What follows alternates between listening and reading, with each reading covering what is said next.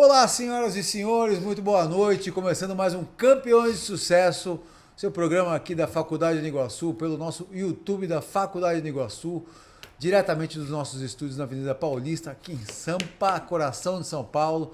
E aí a gente conta e traz as histórias dos campeões, né? Traz um pouco da bagagem, um pouco não, a bagagem desses feras que a gente vê por aí trazendo muito conteúdo, mas hoje eles sentam aqui no nosso programa para contar a real, para contar detalhes dessa história. E é uma honra ter Fernando Maradona aqui na nossa bancada. Obrigado, meu parceiro. Pô, gratidão, Julião.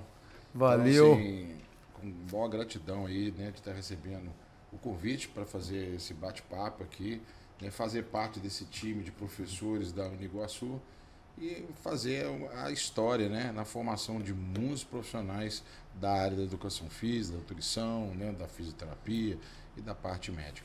Mas é muito legal mesmo, Maradona, aqui, eu falo sempre aqui, né? A gente tem entrevistado grandes profissionais e muitas vezes as pessoas estão num evento e não conseguem nem chegar até vocês. Mas não é porque vocês não querem, é porque você tem muito compromisso. Às vezes está dando uma aula, tal. E eu sei o carinho que você tem com todo mundo e com os alunos, inclusive, né? De dar atenção, mas é muito difícil. E muitas vezes a história do profissional passa batida, né? A gente sabe da parte técnica, da teórica, dos conteúdos, mas a gente às vezes não sabe detalhes da história como é que chegou até aqui, né? Não foi só estudo, então é aqui que a gente busca esses detalhes. É isso aí. Eu acho que todo mundo tem a sua história, Sim. tem seu caminho percorrido, as suas vivências, os seus percalços, Sim. né, os seus medos, né, os seus gatilhos, né, os seus traumas, etc. E a gente, né, quem está de fora só vê aonde você chegou. Só vê o glamour. Só vê o ponto de referência onde você está, mas não consegue ter o acesso às informações do processo no qual Sim. você passou para estar naquele momento, tendo aquela oportunidade, daquele êxito e aquela exaltação, né, do lado que você dedicou, plantou e está colhendo. Você acha que esses detalhes da vida do profissional trazem um pouco mais de identificação assim com quem, porque a gente vê muito mídia social, né? Mídia social, o que mais tem é o hater falando não concordo com você, blá, blá, blá. Mas talvez se a pessoa soubesse alguma coisa da sua história que combinasse com a história dele, ele teria uma outra visão? Ah, com certeza. Você vê que até relacionamentos, né? Sim. É bom ter uma esposa. Então talvez ela age comigo, cara, coisa que eu não agiria. E aí você não tem a paciência e às vezes briga. Mas se você entendesse o que ela passou, talvez você não vai ter uma visão de crítica, Sim. mas vai ter uma visão de compaixão, porque aquela pessoa, ela não teve o privilégio que você teve de não passar por uma situação trágica para que ela pudesse ser reativa. Perfeito. E isso faz parte. Então, a partir do momento que você tem uma pessoa de renome, uma pessoa de referência, um ídolo, né? Uma pessoa de destaque, e você entende da história dele, e aquilo dele tem muito a ver com o que você está vivendo, você gera uma empatia, você até motiva as pessoas, porque as pessoas têm que passar pelos desafios, Sim. têm que passar pelos problemas. Só porque a gente está lá em cima, a gente não tem uma vida maravilhosa, bonita, até o contrário, é uma vida de trabalho, de dedicação, de você parar algumas coisas, né, de restrição de algumas coisas que às vezes as pessoas estão começando, não permitem, não querem abdicar, né? Na palavra é renunciar. Sim. E às vezes para me chegar onde eu cheguei, eu tive que fazer muitas renúncias de coisas prazerosas, gostosas, que me faziam feliz ou que me davam conforto. E eu tive que ir para o desconforto para me poder chegar lá. E que aí você mostrando que a vida não é só mar de rosas, mas tem espinhos, tem dificuldade, cara, vai ver que a realidade daquela outra pessoa é muito parecida.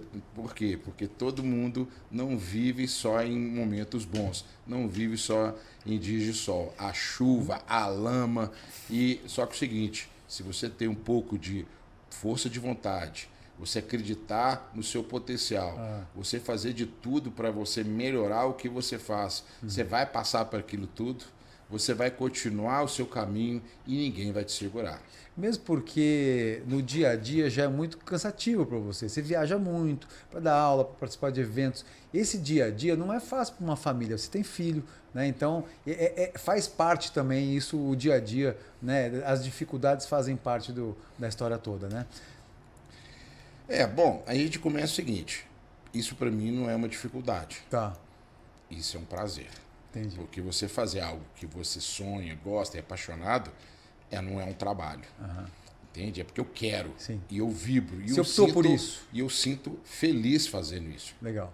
Claro que a gente fica cansado. Né? Exaurido, né? Sobrecarregado. Mas claro que quando a gente vai ficando, né, com o passar do tempo, mais velho, a gente vai ponderando e colocando em pauta que tem outras coisas importantes do que viver apenas para a gente. A gente tem que ter as nossas responsabilidades com a parte profissional, com a parte acadêmica e também, se você optou ter uma família, você é responsável por tudo aquilo que você, né, convenceu, né, e você construiu. Então eu preciso também pegar parte do meu dia e dedicar à formação do meu filho, né, eu estar do lado da minha esposa, fazer as coisas que ela gosta e abdicar algumas coisas, renunciar a algumas coisas que são de uma forma egoísta, mas não no sentido pejorativo, mas deixar de fazer algumas coisas que eu gosto. E grande parte dos relacionamentos, eles terminam por quê? Porque a pessoa quer ter um casamento, mas se tem uma vida, né, solteira, ou ter uma vida individual, ou ser egoísta, ele só quer fazer o que ele gosta, mas ele não consegue ceder e fazer a outra feliz. E às vezes, para fazer a outra pessoa feliz, você tem que abdicar da sua sensação de bem-estar, né? Não por obrigação, mas por satisfação. Sim. Então, uma coisa é você ser obrigado, a outra coisa é você ser motivado a estar no desconforto para que a outra pessoa sorrisa. Isso é o amor. Então é mais complexo ainda. Então eu estou trabalhando, não é por obrigação, não é porque meu pai mandou e eu tenho que trabalhar por causa do dinheiro. Não, eu faço porque eu sou apaixonado, né, pelo esporte, por dar aula, né, no meu trabalho. Legal. Então, se eu trabalhar pouco ou trabalhar muito, se eu ganhar pouco ou ganhar muito, para mim não tem problema nenhum. Eu fico feliz porque eu faço o que eu amo, sou apaixonado. Eu não sou obrigado. Igual o bodybuilder, né? O pessoal fala, o Maradona é atleta de fisiculturismo, faz dieta, renuncia, né? Come só frango com arroz, aí quando enjoa, aí ele come arroz, troca o arroz com frango, só muda o pedido, né? Ou é frango com arroz ou arroz com frango. Não tem muita, não tem, não tem opção. Mas isso não é vida. Não. Eu não estou fazendo obrigado. Eu estou fazendo porque eu quero, porque eu estou focando no objetivo. E o sofrimento para mim que eu tenho que percorrer do processo, cara, a vontade de chegar na glória é maior do que a dificuldade do caminho. Traz a satisfação. É, isso aí. Sim. Então a vontade de ganhar tem que ser maior do que de perder. Lógico. Eu estou invertendo um pouco a ordem das perguntas porque eu gosto de deixar o papo fluir. Né? Porque não sou aquele que vai andar naquele roteirinho ali, não, eu vou deixando o papo fluir e eu vou até inverter uma pergunta antes de entrar na sua história. Tá tudo certo. Eu queria que você falasse um pouco, voltando na mídia social, porque eu mesmo tenho dificuldade, às vezes eu sou jornalista, eu também dou aula, tá? Às vezes eu vou publicar alguma coisa e falo, tá raso demais isso aqui, bicho. Vou publicar isso aqui, não. Mas você tem que publicar. Tem que publicar. Sabe como que é para você? Mas sabe por que você tem que publicar? Porque as pessoas são superficiais. Perfeito. Buscam algo. Às vezes, por você ser um cara culto, você um cara estudioso, que você buscou se informar dentro da sua profissão, você não aceita mediocridade. Não que seja uma coisa pejorativa, tá, gente? Sim. Mediocridade é mediunidade. É uma coisa que todo mundo sabe. Sim, você não está passando coisa nova, você está passando o que todo mundo detém. Sim. Mas você quer passar algo novo, que vai fazer diferença. E para isso você tem que aprofundar dentro da sua profissão. Só que as pessoas não querem coisas profundas, entender a coisa na sua essência. As pessoas querem fazer o seguinte, pegar coisas práticas. Perfeito. Então, ele não quer saber se pegar meu copo daqui para cá, quais são as forças que estão envolvidas, qual que é a velocidade que eu tenho que fazer.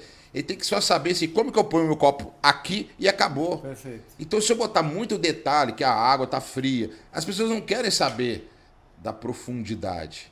E às vezes a gente cobra porque a gente gosta de entender o porquê. Mas as pessoas não querem entender o porquê. Elas querem entender o seguinte, como que eu vou resolver? Então você tem que falar uma linguagem nas mídias sociais, porque grande parte das pessoas, elas querem coisas rápidas, solucionar problemas, sem gastar o tempo de correr atrás de pagar um preço. Entendi. Então isso está na mídia social, nas mídias sociais, as pessoas elas estão viciadas em receber detalhes, macetes, né? Receber soluções. Uma dica rápida. Cara, e na verdade a vida não é bela. Sim. Né? Que você pega lá vários empresários e os empresários. Não, mas todo empresário tem que fazer meditação, todo empresário tem que fazer. Tem que ter acordar a tal hora da manhã. Tem que acordar a tua hora, ter uma boa alimentação. Treinar. Nada disso. Todo mundo come mal. O cara fica até 1h da manhã para acordar assim, não tem sono, não reparador. Ele não chega lá, faz corrida. Ele, às vezes nem tem tempo para isso. Sim, sim. Entende? É às muita vezes, variável, né? E às vezes o cara quer o quê? Produzir. E às vezes deixa o lado pessoal. Então ele vai fazer meditação, o cara não medita, não. Nem dormiu. Nem dormiu direito. Então é o seguinte, a mídia social, ela passa uma visão que na realidade ela não é. Sim. Então falta a gente falar também do lado vivencial verdadeiro. Porque a mídia social só passa o que as pessoas querem ouvir. Sim. Que a vida é fácil, que se você comprar esse produto aqui, você vai ganhar muito dinheiro. Se você comprar esse produto aqui, você vai emagrecer. Mas ninguém mostra que o seguinte, fazer dieta é difícil. Porque você precisa ganhar hábitos. Ganhar hábitos, você vai ter que fazer um esforço até virar hábito. Sim. Entende? Você vai fazer uma dieta, você não vai conseguir fazer uma tal da dieta. Tá. Você vai fazer uma dieta, você vai comer porcaria, vai comer uma coisa que está fora da sua alimentação. Você vai comer mais comida que não está dentro do script e vai estar tudo certo, porque você está no processo de assimilação de uma memória que você está querendo mudar essa forma de pensar, de agir para criar novos hábitos.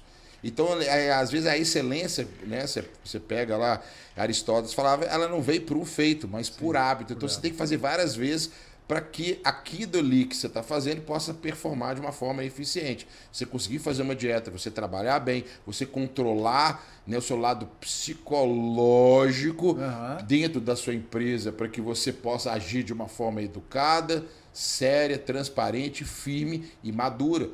Ah, mas o empresário, ele faz vários cursos, faz nada. É tempo, maturidade. As pessoas elas querem burlar esse caminho, acelerar esse processo. E, infelizmente, a vida ela não tem um atalho.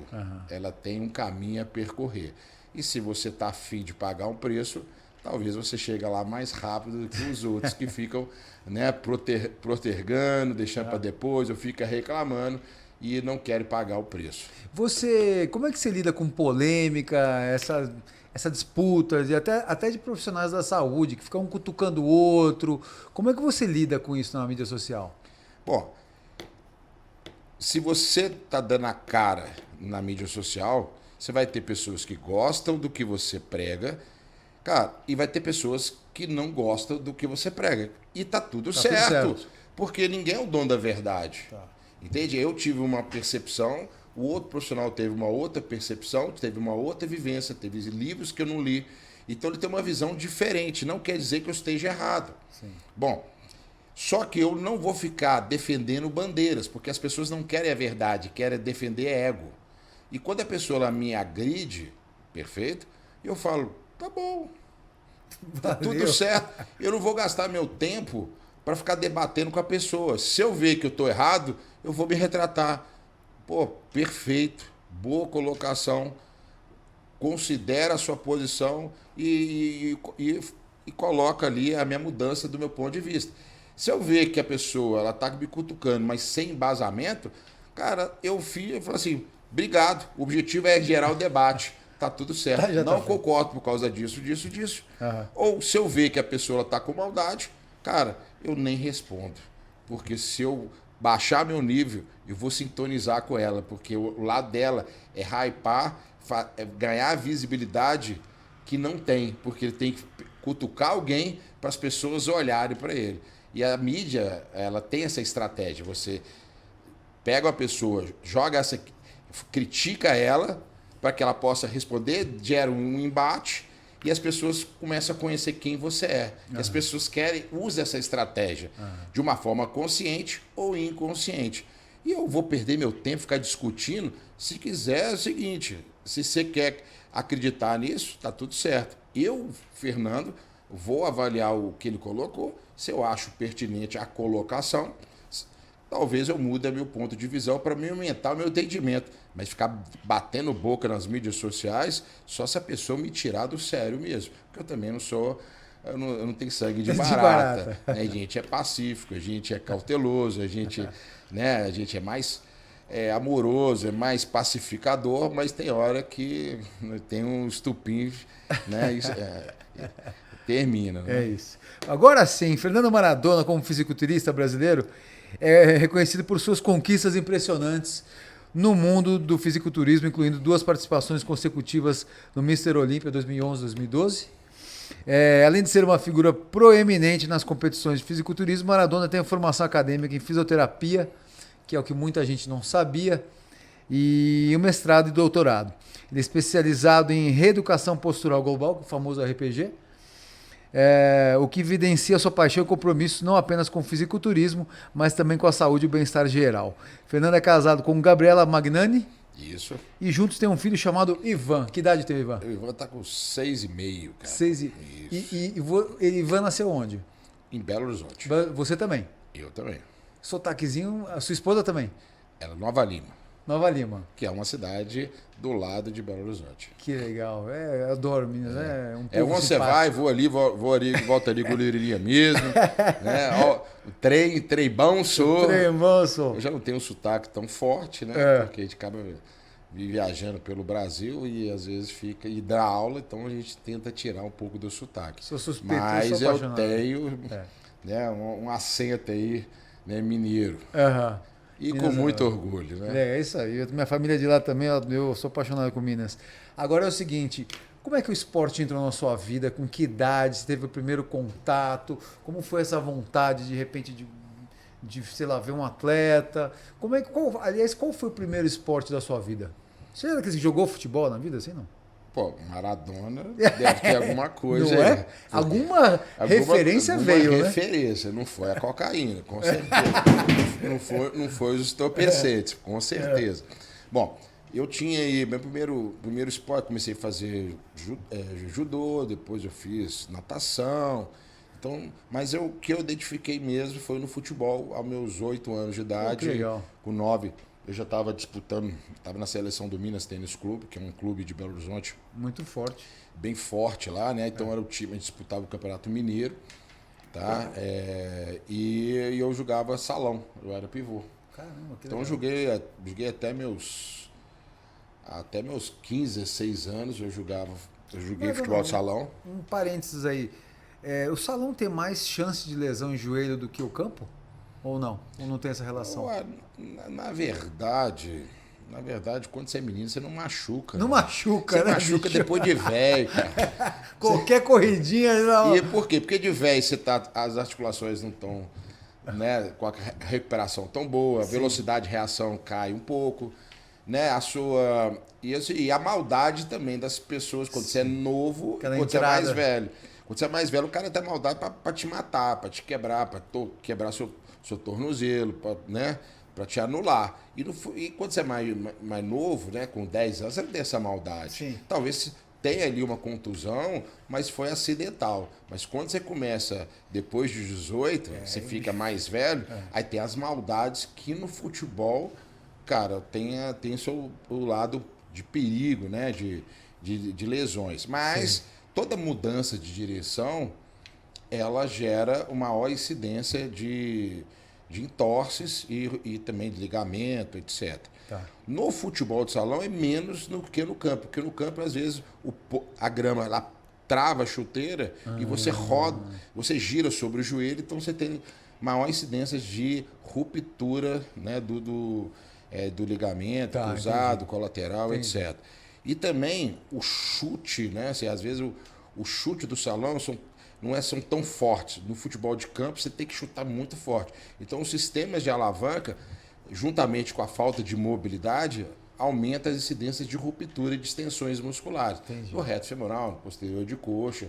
E os piques, né, são maiores no campo do que no salão. O salão ele é dinâmico, mas você corre 2 metros. O outro é 30, entendi. 20, você corre 20 metros.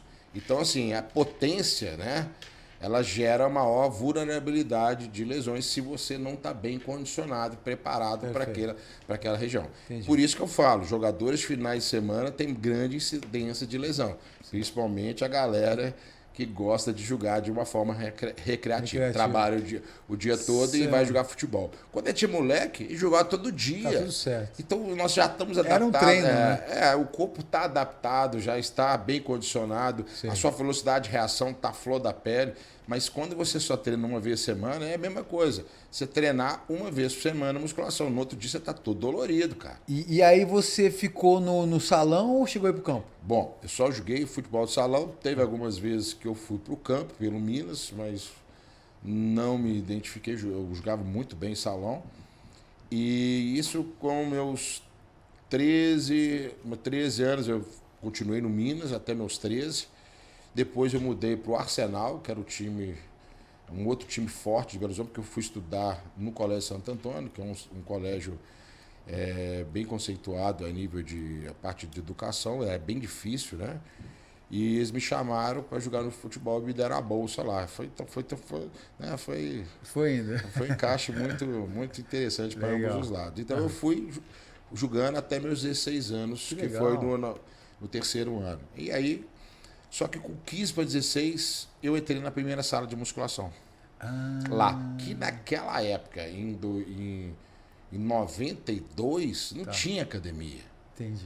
Você não tinha esse glamour, essa estrutura, né, essa tecnologia, né, esse mundo da maromba, esse mundo... Não existia suplemento, não existia nada. Então você ia para a academia, e assim, academias que tinham foco de musculação, que veio da onda do Joe Wade em 1970, que são os aparelhos, né, os pesos livres, eram academias de um público, cara, que era só maromba.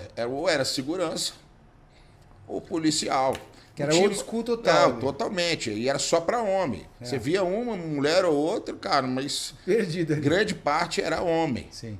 E tudo, ou era porteiro, ou era segurança, ou era policial. E aí, a primeira academia que eu entrei, quando eu entrei, era na Hércules, era uma academia, né, na Savassi ali, num lugar legal. Só que era só maromba. E todos os quadros na parede era tudo de bodybuilding. E eu fiquei encantado. E eu já gostava de malhar. Desde os meus 11 anos de idade eu gostava de fazer barra, gostava de fazer flexão de braço. Entendi. E eu tinha um porte físico que para hipertrofia já me favorecia. Tá.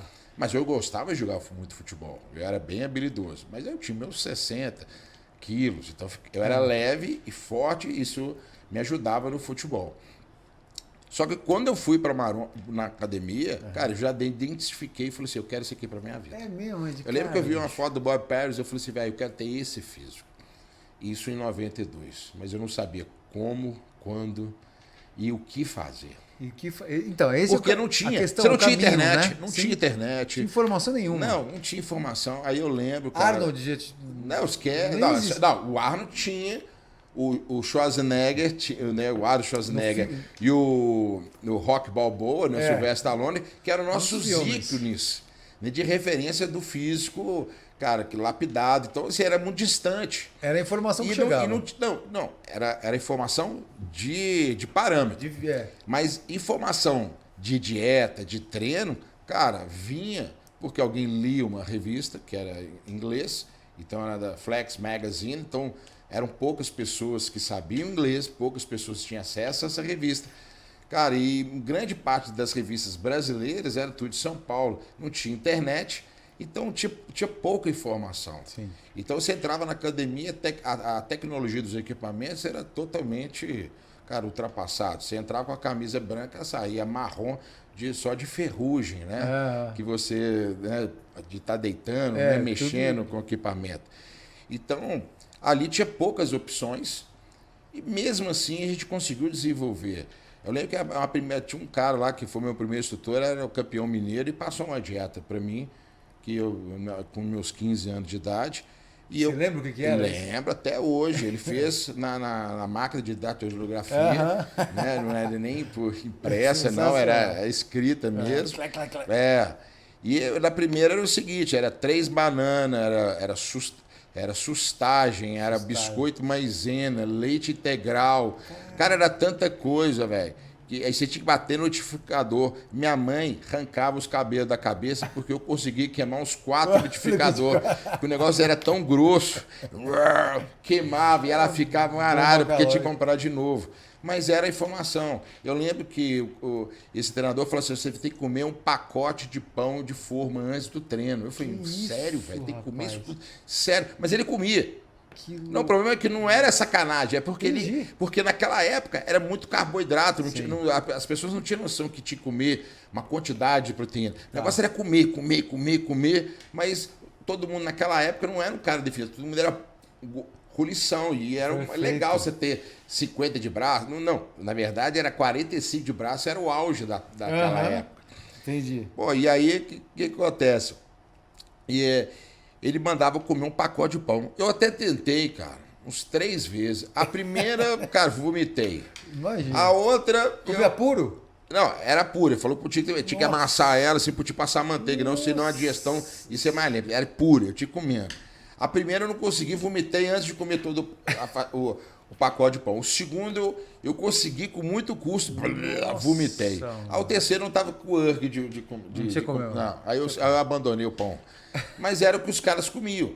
Só que eu tinha 14 para 15 anos e o cara que me orientava tinha seus 20 e poucos anos. Entendi. Claro que com 20 e poucos anos o apetite é diferente. Exato. E ele não veio comendo um pacote de pão, ele veio comendo com 2, veio comendo com 4. Ou seja, para que haja uma dilatação de uma forma gradativa do estômago, para que ele pudesse ter aquele volume gasto para suportar um pacote de pão. E não tinha ovos nessa dieta? Não, só era ovos, leite. O ovo cozido. Ovo cozido, tal. Era leite, aí mandava comer frango, tal, mas assim, não tinha era uma dieta muito, assim, era 3 refeições ao dia, não tinha muita tecnologia. E os suplementos eram muito escassos, só tinha levedura, albumina. Sim. Só que a albumina eu tentei uma vez, cara, minha mãe falou que ia mandar embora de tanto gás, porque assim, você vê que se a albumina dá estrago hoje, imagina naquela época. Bom, e era o amino 222, era amino líquido, mas só que era muito caro. Sim. Era fora de cogitação. Aí potões, até eu comprei um aminoácido, mas eu tomava uma cápsula antes do treino, achando que eu ia ficar imenso. Aí a gente sabe que hoje isso aí não vale nada. Não vale, não faz nem cosquinha. Faz nem cosquinha. Pô, e aí foi, cara. Aí a tendência, a gente sempre fazia. Aí você foi saindo do futebol. Aí, na verdade, aí depois, quando eu comecei lá por 16, por 17 anos que eu estava fazendo vestibular, eu já fui diminuindo o futebol. Aí já fui, tipo assim, competia, tá, pelo Arsenal, mas a minha motivação já não estava focada nisso. E eu gostei da maromba e comecei a empolgar. Aí quando chegou lá com o meu 3º ano, que eu tinha meus 16 para 17 anos, aí eu meio que foquei na faculdade, né? Foquei lá para fazer o vestibular. Eu lembro que eu passei na AMAN, na Agulhas Negras, em Resende. Fiz lá SpaceX. Que legal, cara. E depois foi para a AMAN. E aí lá os caras me tiraram a maromba. E eu só que nesse meio tempo eu vibrava com a musculação. Entendi. Eu lembro que eu ia para a faculdade, que eu estava... Na faculdade não, eu ia para o 3º ano, que eu tinha aula de manhã e tinha o cursinho à noite. Eu chegava, 5 horas da manhã acordava, treinava de 6 às 7, ia para a aula, 11 horas eu parava ali no lanche, lá comia lá um suco de laranja, paçoca, e ia treinar a musculação de 12:00 a 1. Ia para casa, almoçava, dava uma pequena dormida, começava a estudar de 2 às 5, pegava minhas coisas, descia, 6:30, eu estava no cursinho até as 10 horas da noite. Treinava 2 rounds por dia, vibrando. E, cara, na época eu consegui passar tudo que eu quis. E uma delas foi a AMAN, a outra eu fiz para engenharia mecânica na PUC, fiz engenharia mecânica no UFMG, passei. E aí eu fui para a SpaceX. E aí chegou lá, pô, super legal para você ser, formação de oficiais do Exército e tal. Mas aquilo ali também não era Porque assim, a gente veio inspirado pelo Arnold, pelo Comando para Matar, né? O Rock Balboa. Então, tinha um pé ali. Tinha uma inspiração pelas nossas referências, né, a nível de cinema. Mas não era o militar, né, o ser lutador, não. Era o bodybuilder. E aí lá dentro da escola de cadetes, os caras me tiraram a maromba.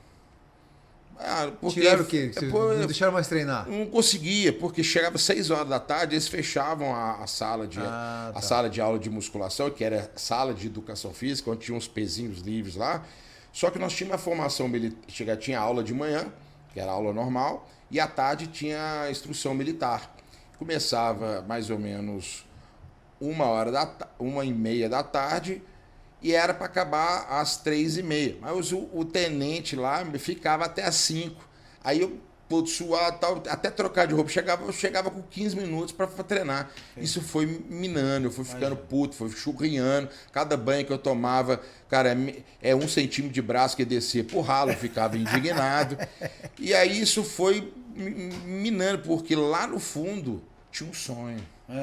Que era ser bodybuilder. E você vê como é forte isso? Não, muito forte, velho. E às vezes é o seguinte, se você for pensar pelo lado financeiro, cara, não tinha perspectiva você nenhuma. tem uma aposentadoria bom, você tem um salário legal, militar. você tem seus subsídios, É né? ótimo. Pô, não tem o que falar. Inclusive até para ser atleta olímpico, se quiser. Tudo bem. Só Mas que não não tinha era a aquele- minha motivação. O lado financeiro, nem o status de ser um militar. Era ser o bodybuilder. Olha como é que é Coisa, louco. cara. Algo que começou, o dia que eu botei o primeiro pé, eu já me encontrei, eu já entendi quem que eu queria ser. E é só que o seguinte, eu não sabia como eu ia chegar lá, mas eu tinha certeza que eu ia Que era chegar lá que você queria ir. Ponto. E aí eu cheguei pro tenente coronel e falei, eu quero pedir desligamento. Mas logo você, o cara sério, o menino educado, cara, tipo assim, você não é, você é o perfil de aluno que a gente quer aqui na nossa instituição. Perfeito. Cara, mas por que você está querendo? Ele falou, eu não tô afim não, tirar minha maromba, tô bolado, não, vou para casa, não tem jeito de a gente remediar? Não, tenho certeza. Aí eu falei, me deixou e eu voltei. Aí eu fiz engenharia mecânica, né? Entendi. Para agradar meu pai, né? Assim, que eu era muito bom na matemática, na física, e eu vim num colégio muito forte na parte de exatas, e passei na Federal, na UFMG, para engenharia mecânica. Eu era engenheiro, fiz um ano de engenharia. Cara. Comecei a trabalhar com meu pai e tal, e sempre treinando. Só que era uma coisa... Mas você se formou? Não, fiz um ano de engenharia mecânica. Tá. Só que nessa brincadeira, cara, eu fazia para agradar meu pai. Entendi. E toda vez que você cria para agradar alguém, você começa a colocar o quê? Expectativa. Uhum. Querer o reconhecimento, o agrado, uma palavra, né? A pessoa vê que o seu esforço. E eu não conseguia ver meu pai fazendo isso. Mas ele gostava, mas ele não expressava. E eu falei, quer saber de uma coisa? Então eu vou abandonar esse negócio, essa engenharia mecânica, e vou fazer outro vestibular. Até falei para minha mãe.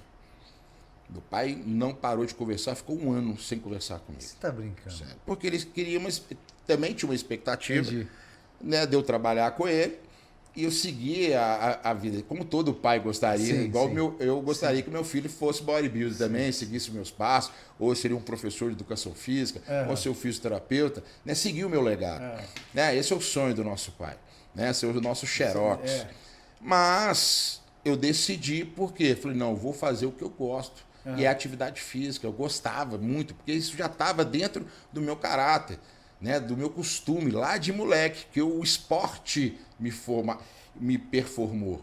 O esporte formou o meu caráter. O esporte, ele te educa de uma forma não agressiva. Sim. Porque ele fala assim, se você fez a falta, cartão vermelho, vai para fora. Então ele não te bate, ele não te agride, ele não te expõe. Não, você fez isso, fora. Você quer jogar? Não bata mais. Sim. E aí é o seguinte, Regras, né? se você se sente desconfortável, isso vai fazer você mudar. Então ele te educa. Então eu falo muito isso. O esporte é um educador, ele forma o caráter dos alunos na sua formação. Depois, se ficou mais velho, já é mais difícil, né? E ele tira muito, ele vai fazer os alunos, né, não irem para as drogas, sim, porque o cara vai ter que escolher, ou você é atleta ou você mexer com droga, para balada, e a pessoa vai ter que escolher. Se a pessoa foi acostumada e identificou com o esporte, a escolha vai ser a paixão. Sim. Entende? É bem isso. Na verdade, existe essa analogia muito do esporte até com o empreendedorismo, se for pensar, né? Disciplina, resiliência, teve uma experiência que eles viram, tá? Dentro do banco.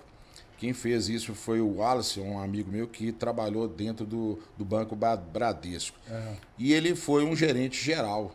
E começou, como ele veio do esporte, ele sempre foi atleta profissional. E ele teve um acesso a um artigo que mostrava que quem era atleta tem maior desempenho dentro do esporte.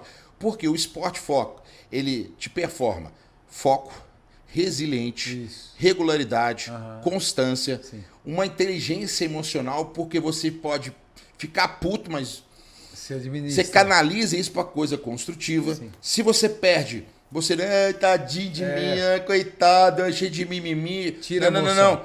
Perdi, vou levantar, vou dar o troco, vou mostrar que eu sou melhor. Entende? Então, a resiliência.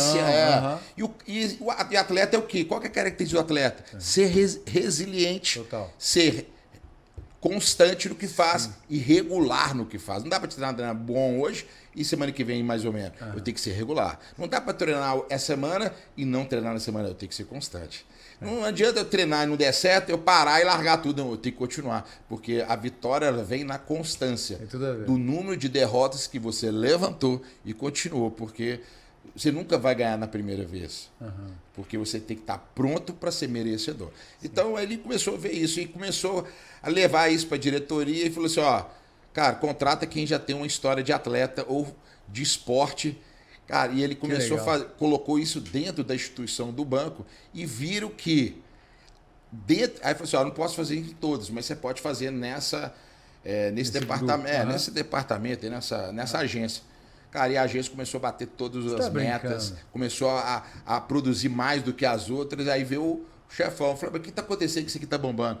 Aí falou assim, esse rapaz aqui, que é atleta, que foi atleta de natação há muitos anos, hoje ele é atleta profissional de beach tênis, cara, e ele teve um insight aqui, cara, e eu acreditei, coloquei em prática e o negócio virou. Deu resultado. Porque todas as pessoas que são atletas, que teve uma visão de atleta, precisa ser atleta, mas sim, que já foi atleta. Quanto mais de vida, digamos assim. Aquilo ali, o que ele vivenciou no esporte como criança, na adolescência, quando vai para o trabalho, claro que o cara mas o cara não perdeu o que ganhou, o que desenvolveu. É um aprendizado. Que é foco, aprendizado, sim, tudo isso que eu falei.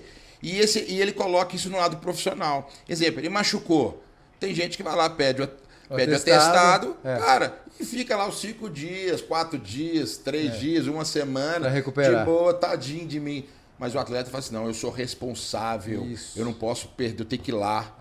Entende? E ele não sujeita a parar por causa de uma dorzinha. Não, ele tá com sentido dor, mas aí vai lá, mesmo doendo. Pô, e o atleta é isso, mesmo ele todo avacalhado, sentindo dor, desconfortável. Compromisso. E ele vai lá e treina. Então ele não é frouxo. Total. Então o termostato dele de dor é alto, velho. Assim, de suportar a dor é alto. Legal. E uma pessoa que não tem essa vivência, qualquer coisinha...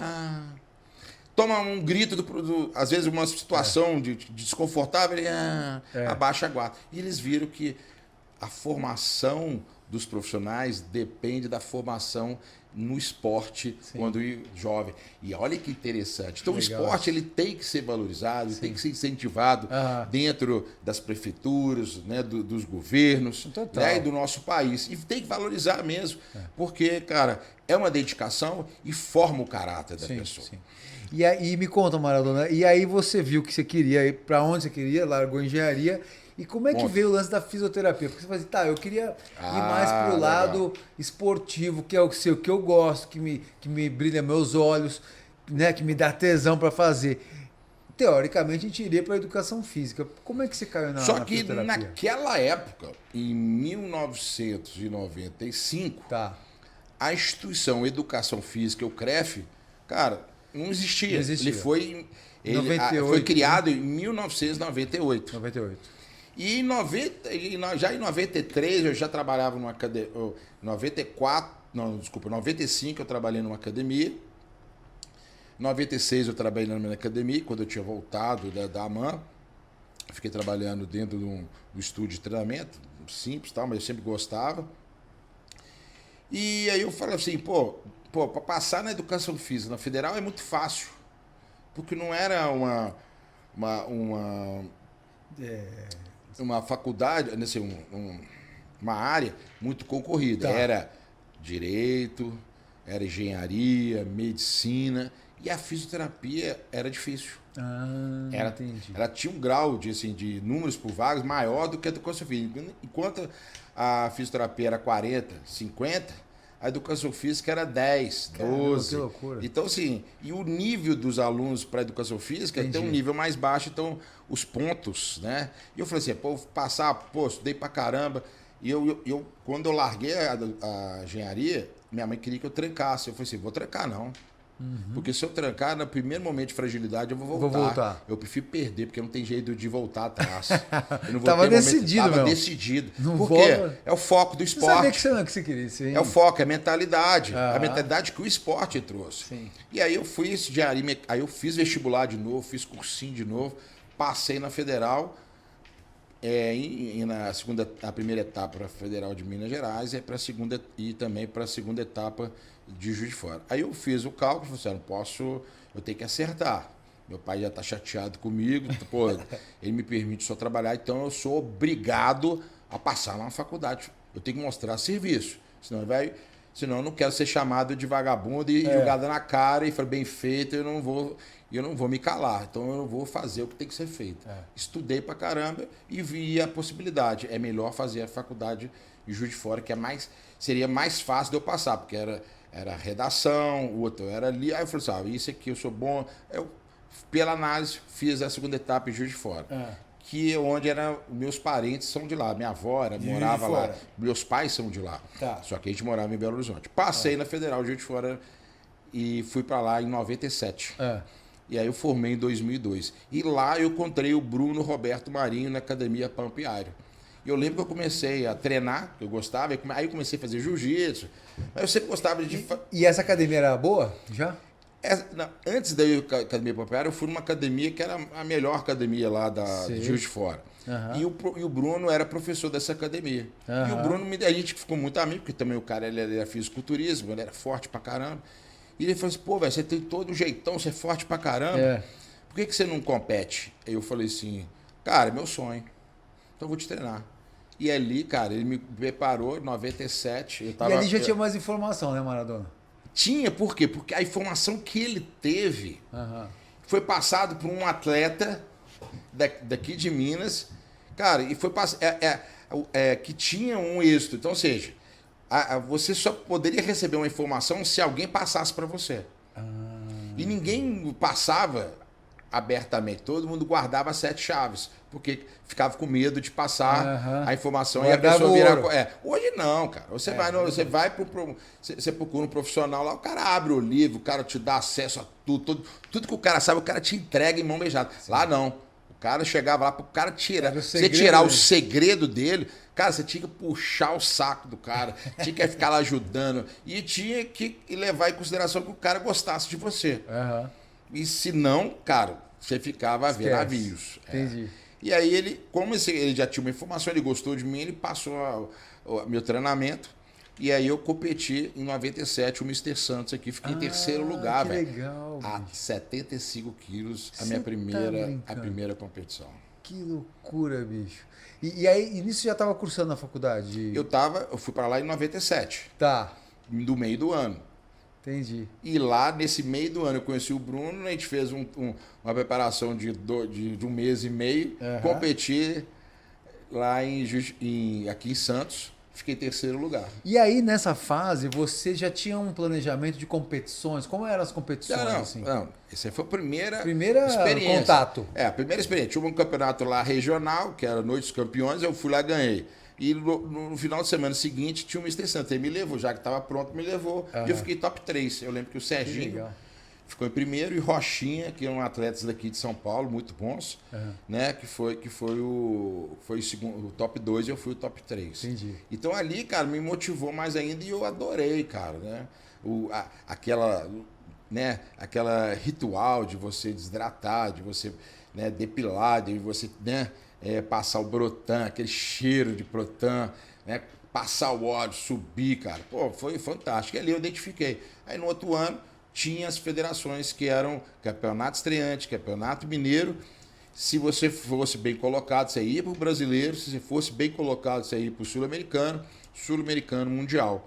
Porque era a federação, a antiga IFBB, tá? Que era o lado amador da IFB Pro League, que são dos profissionais que vão levar para o Mister Olímpia. Então, nós tínhamos 2 campeonatos, né, que era que estavam no calendário. Era o Campeonato Mineiro e o Campeonato Brasileiro. Tá.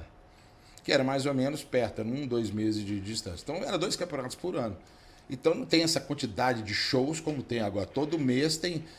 Todo esse final de semana você tem show. Aqui hoje. Lá não, só tinha 2. Entendi. E como que é uma periodização disso aí? Porque assim, aqui você, como tem muito campeonato, você já sabe exatamente como é que na vai verdade, ser. não muda. Não mudou essa periodização. Se você for em todos os campeonatos, cara, você vai bem e o outro você não vai tão bem. Tá. É igual jogador de futebol. Você pega no Brasileirão, quem começa a ganhar no começo da rodada não é o que continua ganhando nas últimas rodadas do Campeonato Brasileiro. Perfeito. O cara começa em alta performance, ele vai caindo. E tem uns que vão começando a subir a ascendência e no final tá ganhando tudo. Então, o campeão brasileiro é aquele que tem maior que constância. Constância. Perfeito? Tá. Então, por quê? Porque você não consegue manter o pique de treinamento, o seu auge, o ano todo. O ano todo. Por isso que as periodizações, elas são feitas dentro do treinamento de todos os esportes, para que você possa chegar no pico de treinamento no momento certo. Perfeito. Entende? Você não pode chegar forte, no máximo de condicionamento, 2 meses antes. Naquele nível de treinamento árduo e tal. Porque o corpo ele gera um processo de cansaço. Tá. E aí você vai ter uma dificuldade de recuperação e a sua performance vai caindo. E isso chama overuse e pode causar um overtraining que pode gerar lesões. Tá. Então, dentro do bodybuilder, ele também segue esse protocolo de periodização. Você não consegue ficar em condicionamento grande e seco ao extremo o ano todo. Sim. Não, você não consegue. Você consegue ficar mais ou menos. Mas de competição, você vai ter que escolher uma competição alvo.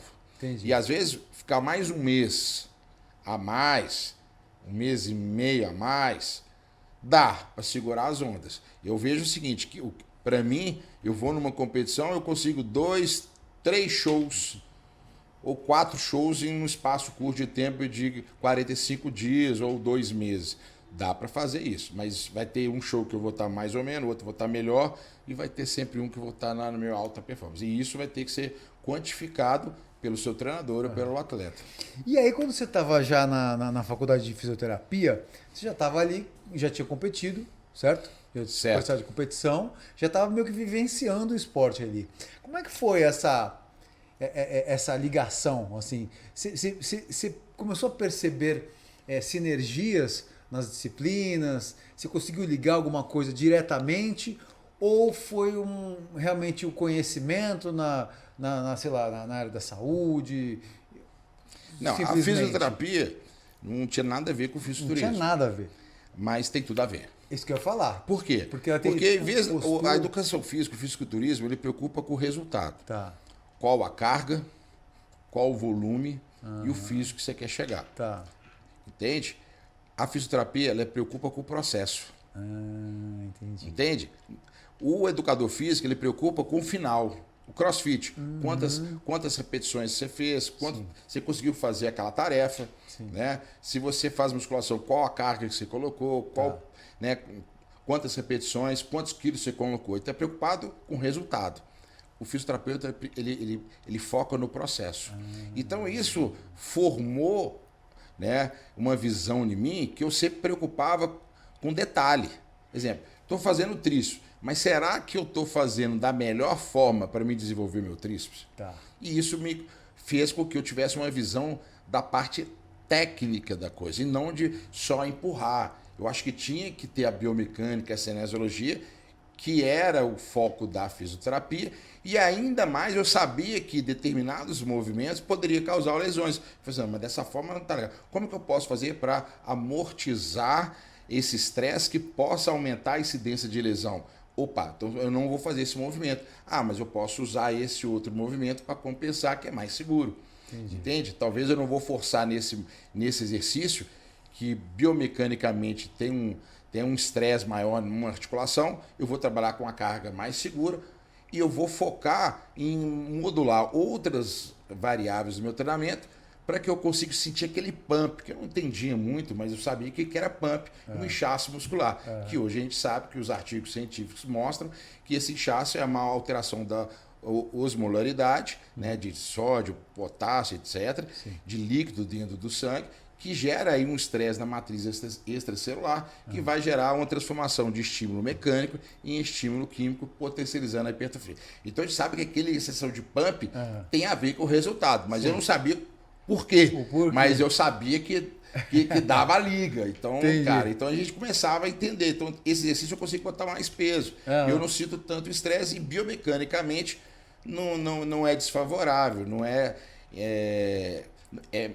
mais seguro. Então eu colocava mais peso. Então aquilo ali fez com que eu já eu colocava dentro dos meus treinos aquela visão. A técnica era importante. Perfeito. Porque eu vim do futebol, eu vim do judô, que focavam na técnica. Todos os esportes focam na técnica.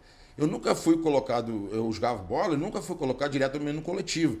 Eu aprendi a chutar, eu driblar, cabecear. Então eu aprendia as técnicas. Passo a passo. Ou depois eu aprendi as táticas de tocar, correr, né? Para depois eu ir para o jogo.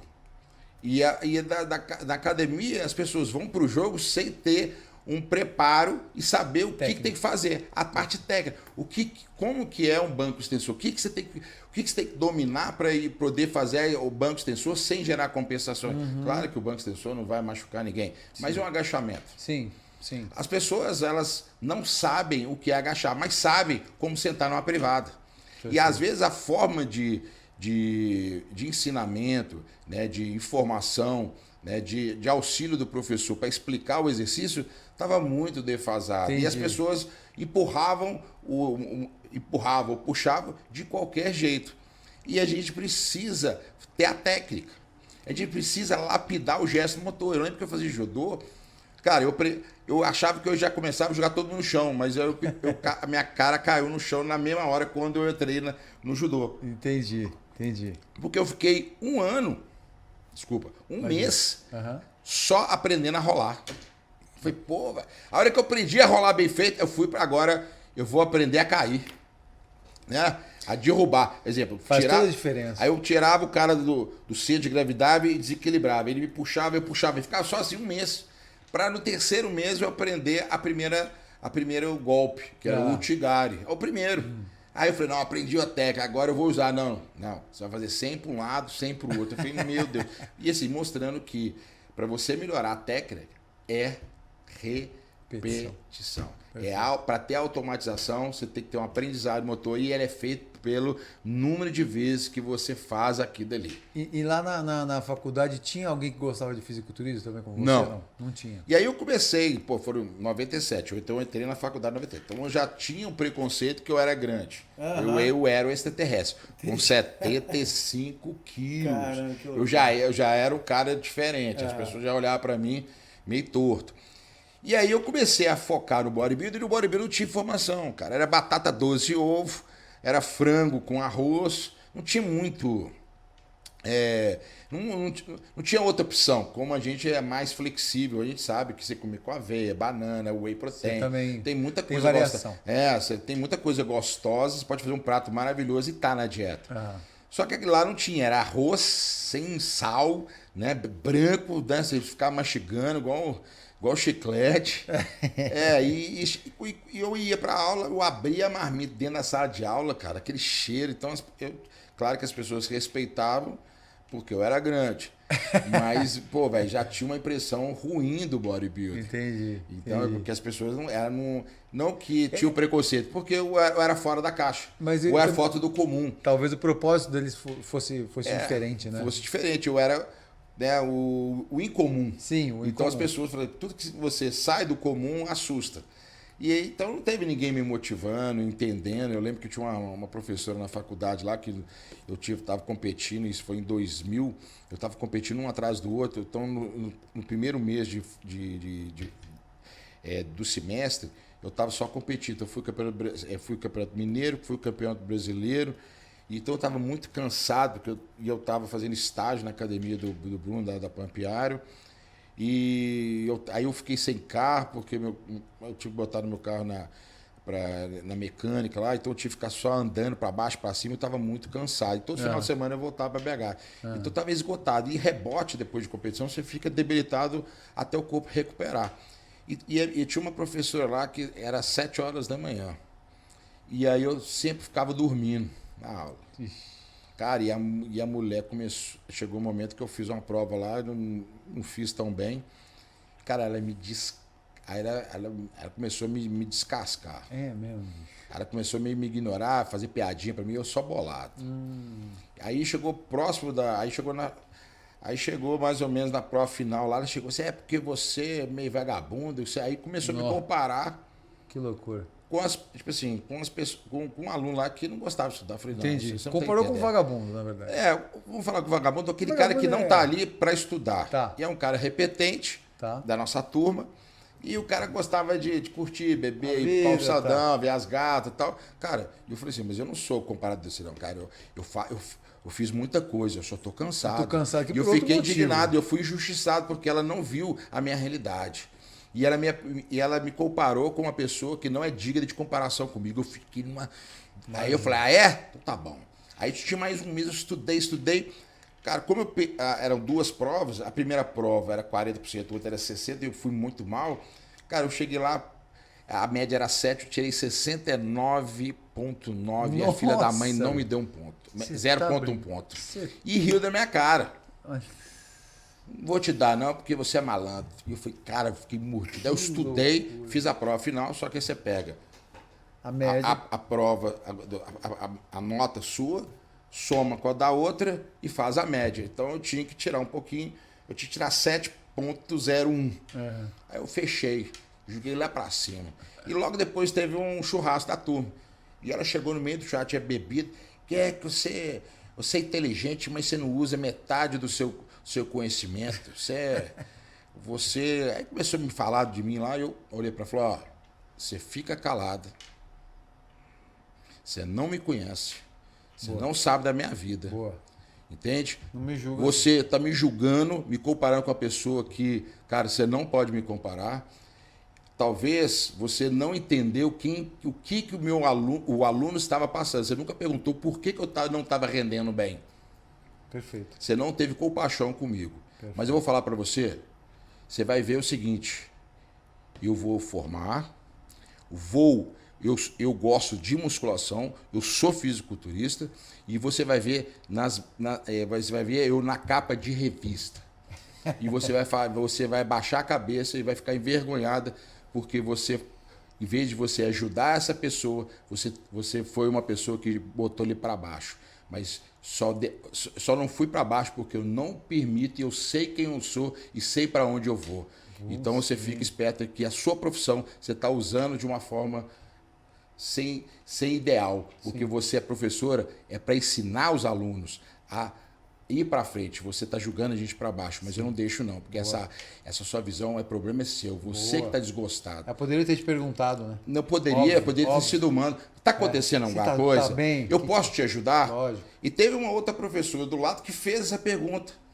E ali, cara, eu me encontrei e falei, não posso deixar a coisa acontecer, o barco, né, afundar. E eu tomei a atitude, voltei a estudar. Aí também melhorou também o condicionamento do meu carro. Né, eu arrumei o carro, fiquei com mais energia e tal. E, cara, mais engraçado, eu formei, né, passou o tempo, peguei a primeira revista da musculação, revista de muscular, Movimento Muscular. Foi uma das primeiras revistas de musculação da época. Eu fui da capa da revista. Uhum. Aí eu peguei e o pessoal mandou um monte de exemplares. Eu fiz questão de botar no envelope e mandar para a professora, que era né, uma professora docente da UFB. Sensacional. Mandei pro assinada. Pro o chefe lá da fisioterapia e para ela. Cara, me deixa a vida levar. É isso. É isso aí. Mostrei. É um troco com classe. Porque a vida é o seguinte, o esporte fala assim, não adianta eu ficar chorando, combatendo mal com mal. Se eu fizer o mal com o mal, eu tô sendo mal. E eu tô me prejudicando. Eu tenho que fazer o bem. Então eu mostrei para ela que ela não estava enxergando quem era o Fernando. Essa foi sua resposta. E eu mostrei no meu nível, não no nível dela, que foi baixo. Que legal, cara. Sensacional. Sensacional. Mas a minha vida não foi para ser fisioterapeuta. Fisioterapeuta. Formei em fisioterapia. Mas aí você fez RPG. Tá. Eu formei em fisioterapia, então eu gosto de estudar. Tá. E aí eu falei assim, eu preciso de ferramentas. Eu formei em fisioterapia e eu fiz curso de RPG, osteopatia, busquei SDM, síndrome de dominância muscular. É o que tinha acesso, né? Anatomia palpatória, fiz vários cursos, porque eu queria ser um bom fisioterapeuta. Mas a musculação pegava fogo dentro do meu coração. E eu não consegui, acabei trabalhando. Como eu dava aula há muito tempo, né? Isso já em 2002 eu tinha formado. Uhum. Aí quem trabalhava antes de 98 poderia pleitear o provisionado. E eu consegui o CREF provisional. Entendi. E aí eu fui trabalhar na musculação. Depois que eu formei, eu vim para Belo Horizonte, tentei mexer na fisioterapia. Fazia as técnicas manuais daquela época que hoje tá na moda, osteopatia, liberação, eu já fazia isso há 20 anos atrás. Coisa, Maradona. E hoje, aí, 20 anos atrás, só que a maromba falou mais alto. Eu já estava competindo e eu acabei indo para a área da musculação. Entendi. Mas sempre colocando a fisioterapia junto, porque era uma coisa que eu gostava. Que eu tinha talento, que eu tinha mão, que eu tinha um dom. Tem gente que pega um negócio, cara, para o cara fazer algo bem feito, o cara tem que estudar muito. Tem uns que tem um talento. Cara, eu era aquele cara que pegava e resolvia. Eu tinha um jeito para fisioterapia, a mão, o toque, a parte proceptiva. E hoje, o que isso ajuda? Onde a fisioterapia entra como conhecimento, como técnica no fisiculturismo? Por exemplo, postura, tem alguma coisa? Ajuda muito. Vamos lá. Primeiro passo. A gente tem que entender que a fisioterapia, ela não é só para tratar, ela é para prevenir. Tá. Então é o seguinte, quem vai fazer... Vocês têm um cara que machucou e um atleta que está treinando. Se o cara machucou, o atleta vem para cá. Então ele sai daquela fase aguda de lesão, de uma tendinopatia, uma ruptura, um dano muscular, ou uma lesão articular, sei lá, o que foi, uma hernia. Ele começa a melhorar aquele sintoma e recuperar o tecido danificado. Só que quando ele está pronto, a recuperação foi feita do tecido, ele perdeu o condicionamento. Entendi. Então ele não consegue voltar na performance do atleta. Ele tem uma interseção aí. E quem vai ser essa interseção? O professor de educação física ou o fisioterapeuta? O fisioterapeuta não entende de treinamento. E o educador físico não entende de fisioterapia. Tá. Fica essa lacuna aqui. Perfeito. E eu conseguia trabalhar isso bem. Que legal. Bom, depois disso, eu comecei a estudar e entender o seguinte. Bom, e se eu faço uma técnica, uma metodologia de trabalho que eu coloco a fisioterapia junto com a educação física como visão, não como uma coisa engessada, como um método, mas uma metodologia, um passo a passo. Então, antes de você construir o prédio, você tem que trabalhar os alicerces. Tá. Então, antes de você treinar, você tem que trabalhar a sua postura. Perfeito. Se você está todo encurtado, tem uma cifose, um ombro para frente, será que isso vai influenciar no bom acionamento do peitoral quando você for fazer o supino? Claro que vai. Óbvio. Vai tirar o direcionamento para o peitoral e vai ter um excesso de acionamento dos coadjuvantes. É outro treino, né? Cara, se você quer resultado de um estímulo pontual, localizado, né? e seletivo, você vai ter que trabalhar o quê? Uma técnica que você consiga ter uma performance, um bom direcionamento e um bom controle. Mas se sua postura está adequada, você não vai ter uma boa liberdade das articulações, Perfeito. você não vai ter, né, um movimento, né, e uma destreza na técnica, que isso vai repercutir um treinamento que não vai ser tão eficiente. Então, a fisioterapia vai me ajudar como? Como que eu melhoro uma postura da pessoa? Cara, a fisioterapia ela tem todas as ferramentas. Você pode trabalhar Ruffes, pode trabalhar Mackenzie, pode trabalhar a liberação miofascial, Busquets, trabalhar as cadeias, a osteopatia, né, manipulação com quiropraxia. Tem muita técnica. O RPG também serve para isso? O RPG é uma técnica, pelo o Suchá, que ele trouxe uma técnica de respiração que vai alongar tanto a cadeia anterior e posteriores faciais, só que usando movimentos expiratórios, inspiratórios e expiratórios. Então, ele coloca você numa posição, né, de estiramento dessas cadeias que influenciam na sua postura e usa a respiração para ir soltando os tecidos. Só que ele não é tão completo, porque ele só trabalha 2 linhas. E você começa. E a evolução da liberação miofascial, dos trilhos anatômicos, eles já estão um pouquinho mais além. Então já se sabe que nós temos, além da face anterior e da posterior, nós temos as laterais e as linhas espirais, anteriores e posteriores. Perfeito? Que é muito importante o entendimento para os esportes. Principalmente, né, futebol, né, golfe e vôlei, que tem movimentos de torção. Então o RPG ele é bom, mas foi bom lá em 1990, 2000, foi muito forte e foi bem utilizado pelos fisioterapeutas. Depois vieram outras técnicas que são mais completas, tá? Que não são, vamos falar assim, não vou descaracterizar que o RPG ficou ruim, mas para algumas patologias, alterações e compensações, tem outras ferramentas que são mais eficientes. Não quer dizer que que é o RPG que resolve as coisas, que é o Mackenzie que resolve as coisas, mas é quem usa as ferramentas. Então, quando você tem várias técnicas e você tem um paciente, você analisando os sintomas, mas buscando as causas que levaram a esse desequilíbrio e essa sintomatologia, você entendendo a biomecânica da causa, você vai falar assim, quais ferramentas que nesse momento é mais eficiente? Será que é a acupuntura?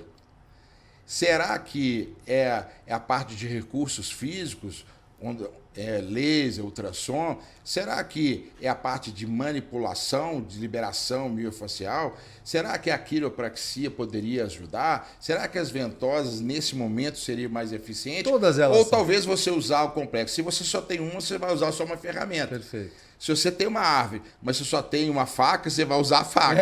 Mas se você tem uma faca e uma serra elétrica e vai cortar uma árvore, você pode escolher a faca ou a serra elétrica. Então, na fisioterapia, a gente é orientado e eu acho que desafiado a conhecer vários métodos, ferramentas para poder atuar e ajudar no tratamento dos pacientes. Mas na postura, cara, a gente consegue melhorar bastante coisa. O RPG é um, o Busquets é outro, a liberação, a osteopatia, a quiropraxia, tem muita coisa que a gente consegue trabalhar. E a gente fazendo isso, a gente também consegue melhorar também a mobilidade, que vai influenciar na amplitude de movimento do exercício. Nós também podemos entender que o trabalho da fisioterapia pode fazer com que você tenha uma melhor performance no treino, aumentando o número de repetições, melhorando a tolerância daquela queimação, daquela acidose, para você fazer mais repetições, que vai te ajudar você a desenvolver e ultrapassar os seus limites, vai te dar mais conforto. Ele vai poder ser utilizado com objetivos, né, de performance. Você pode utilizar os recursos da fisioterapia para melhorar a recuperação depois de um treino árduo, para que a recuperação para o próximo treino possa ser mais curta e mais eficiente.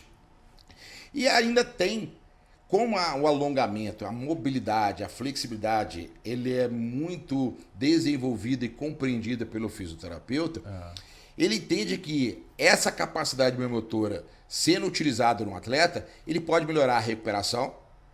Então, ou seja, a entrada de líquido e a remoção do líquido é feita pelas fáscias. Se você mexe ali e dá uma mobilidade no tecido, com trabalho de liberação miofascial, trabalho de alongamento, de flexibilidade, você deixa o tecido mais solto, fazendo com que a circulação periférica, que não são feitos por dutos fechados, como vasos, artérias, arteríolas, sejam feitos pelo tecido de uma forma, de uma circulação indireta. Tá. E aí você consegue trazer mais sangue e remover mais substâncias produzidas metabolicamente durante o exercício, metabólicos que geram catabolismo e estresse naquela região.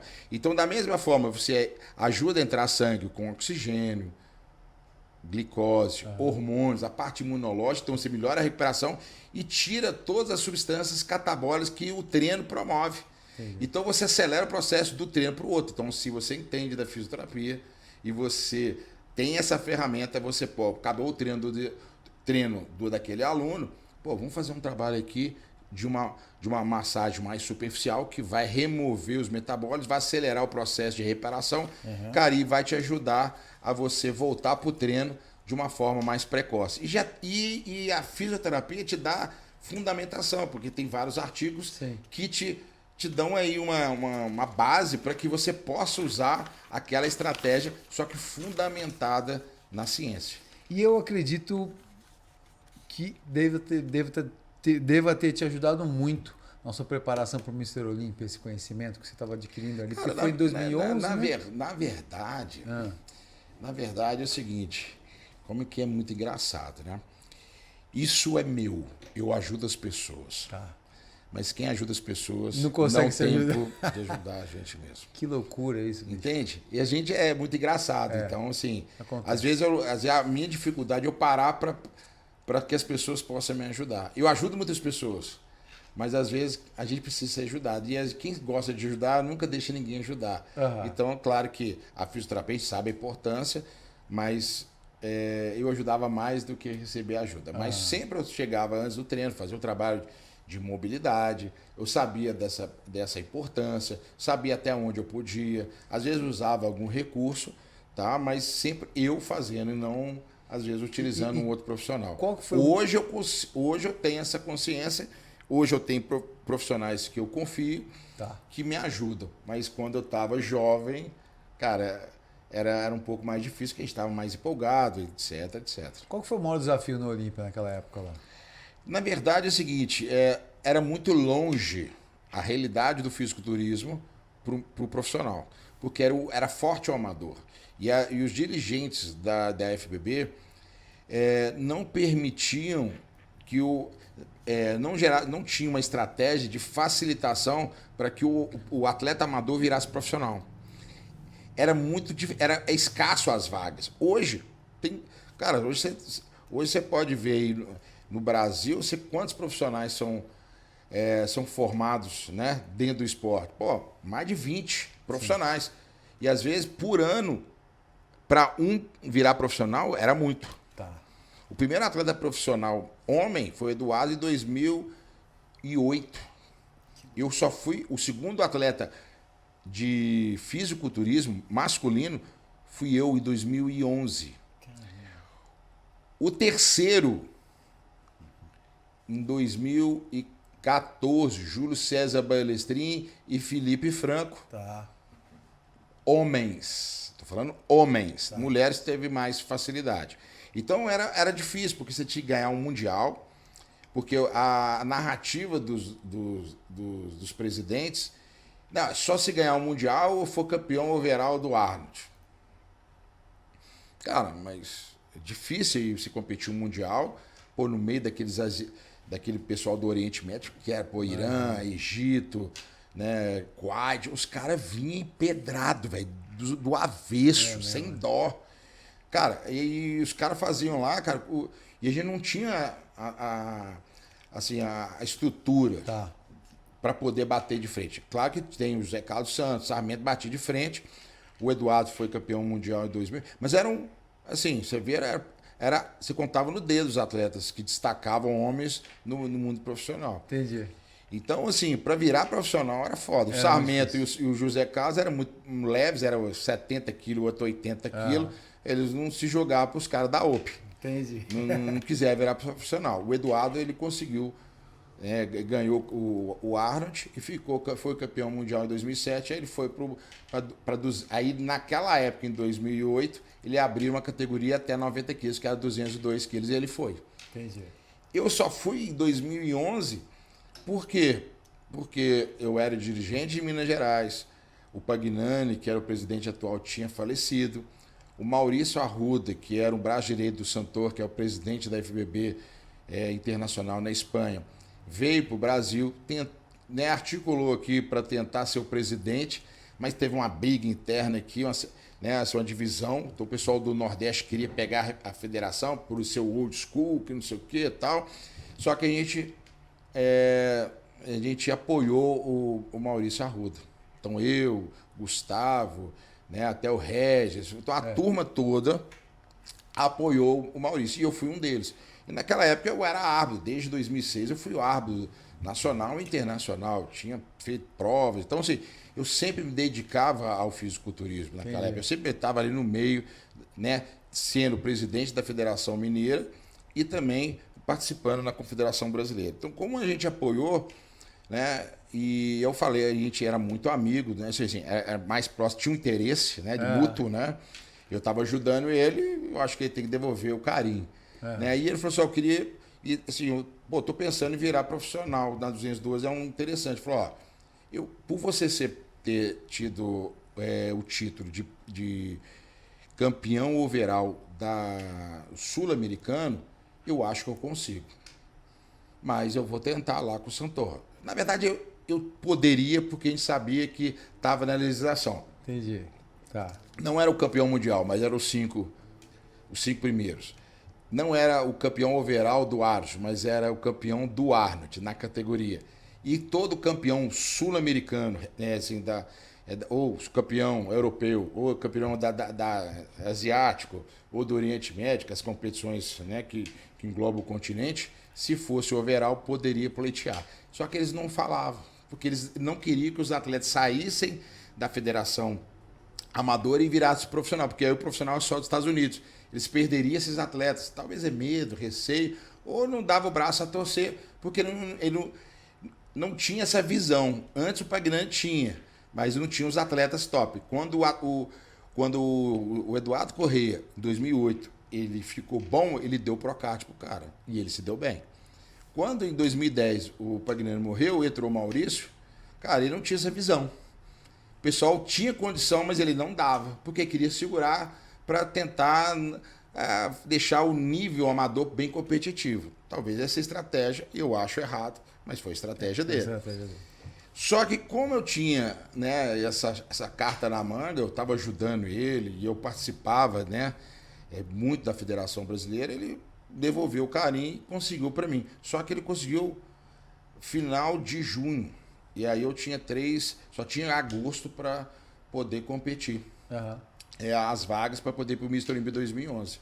Legal. Olha só, quando eu recebi, um mês depois que ele falou que poderia me ajudar, ele conseguiu, aí eu fui num show, que é na Europa Super Show em Dallas, Texas, fiquei em top 2, que naquela época eram os 3 primeiros, que eram poucos shows a nível nacional, aqueles poucos shows a nível internacional, da 202, eram 6 shows, e eram os 3 primeiros que classificavam. Eu fiquei top 2, classifiquei para o Mr. Olímpia 2011. Que legal, cara. E aí foi, cara. Acho que assim, a dificuldade era ter a possibilidade de se tornar profissional. Hoje não, cara. Você vai lá no Arnold, os campeões, você tem campeão lá, o Verão lá ganha. No Mr. Olímpia, os 3 primeiros, cara, já dá 3 Procard de cada categoria. Então, assim, há uma facilidade muito grande de formação de profissionais. Isso é bom, mas também pode ser ruim. Perfeito? Sim. As pessoas elas têm que estar muito. Assim, para virar profissional, o cara tem que ser muito bom e tem que ter uma estrutura para se bancar no profissional. Se o cara entra, porque tem vários campeonatos, aí o cara entra e num campeonato fácil e o cara vira profissional, claro que o cara vai estar ruim, mas ainda não está pronto para bater de frente com os profissionais, cara, você pode matar o cara ali naquele momento. Entendi. E aí ou o cara não tem a parte financeira, ou não tem um subsídio de uma marca grande, talvez por objetivos, né, né, assim, ideias, né, daquela determinada empresa. Tá. Se ele não tivesse apoio, cara, ele morre na praia. É isso. Morre na praia. Mas é bom que é o seguinte, quanto mais pessoas profissionais, o esporte está crescendo. Pra todo mundo. Quanto mais pessoas estão lá botando o pé no Mr. Olímpia, mais competição, né, mais rivalidade no lado positivo. E aí você vê o seguinte, abriu a porteira, cara, Dino, Rafa Brandão, Pois é. né, Zacanelli. Pô, quantos atletas agora estão subindo, né? Você tem o Fabrício, Felipe Moraes, que, cara, eu vi esse cara começando em 2015. Cara, tava começando a ganhar campeonato brasileiro, velho. Pô, 2012 tava ainda competindo a nível estadual. Estão chegando hoje, batendo de frente com os gringos lá, e o Brasil sendo um celeiro de grandes atletas. Então, eu acho que a NPC vindo para cá e o Tamer, né, como aí o CEO da NPC aqui, da Muscle Contest, fez um trabalho muito bom, né, e crucial para o crescimento do fisiculturismo hoje a nível internacional, nas mídias, e também motivar as pessoas a seguir esse esporte. Legal. Legal demais. Deixar o papo vai longe aqui, bicho. O papo Isso, é bom aqui. Vai até amanhã, tem história demais. Não se puser cafezinho... Você tá no primeiro link aí da ficha. Se puser um cafezinho, um pão de queijo aqui, a gente vai mais longe, não vai? Se botar o pão de queijo, mas se botar o queijo em Minas... Queijinho em Minas. Ei, delícia. Aí a gente fica até amanhã. Mas eu quero fazer um bate-bola aqui, porque tem pergunta que eu não quero deixar de fazer. Na verdade, é rapidinho, né? Uma inspiração para você no fisiculturismo, que pode ter sido, que pode ser hoje, que é uma inspiração no fisiculturismo para você? Bom, a nível internacional, o Ronnie Coleman. Tá. 8 vezes campeão, né, do Mr. Olímpio, o cara superação, o cara nem entregou toda a vida dele para o fisiculturismo. Hoje ele está de cadeira de rodas, por consequência, né, desse trabalho árduo no corpo dele. Claro que talvez ele poderia ter até acesso a informações, naquela época não tinha, sim, ou tecnologia, mas a vontade de ser campeão é muito grande. Então, eu acho que é uma das maiores... E eu vi ele de perto em 2001, legal, quando ele veio aqui no Brasil, e eu fiquei impressionado, cara. Impressionado com o tamanho e a qualidade do cara. Em 2003 veio aí o Gander Schulecamp, que tinha ficado em top 3 do Mr. Olímpia naquele ano, mas não chegava perto do Ronnie Coleman. A nível brasileiro, cara, ainda eu bato a continência por Eduardo Corrêa, que hoje foi um dos maiores atletas, né, assim, do old school. Tá. E o Ramon Dino, que hoje, cara, também tá nas cabeças ali. Mas o Eduardo tem história, então tem que... eu tinha ele como referência. O Ramon Dino hoje ele tá no Class Physique, né, tá aí cogitado para ser, sim, o próximo Mr. Olímpia, mas ele veio depois de mim. Então, naquela época eu tinha... sabe, a inspiração, né? E sempre admirava a dedicação do Eduardo naquela época. Legal. Eu queria que você falasse um pouco do futuro, né? Futuro. Como você enxerga o futuro aí? Agora que você concluiu seu doutorado, né? Que você está com o doutorado, quais são os seus planos para o futuro? Assim? Bom. Vamos lá. Hoje formei em nutrição. As pessoas ainda não sabem. Sou formado em educação física. Demais. Claro que é o que eu mais vendo, que eu estou falando sempre de treino, etc. Sou mestre em educação física e doutorando também em educação física. Legal. Então é a área que eu escolhi que é a minha paixão. Tá. Tem a fisioterapia, cara, que é o meu dom. Tá. Então eu tenho um jeitinho, cara, e eu uso as minhas mãos para ajudar as pessoas. Uhum. Esse é minha missão, né?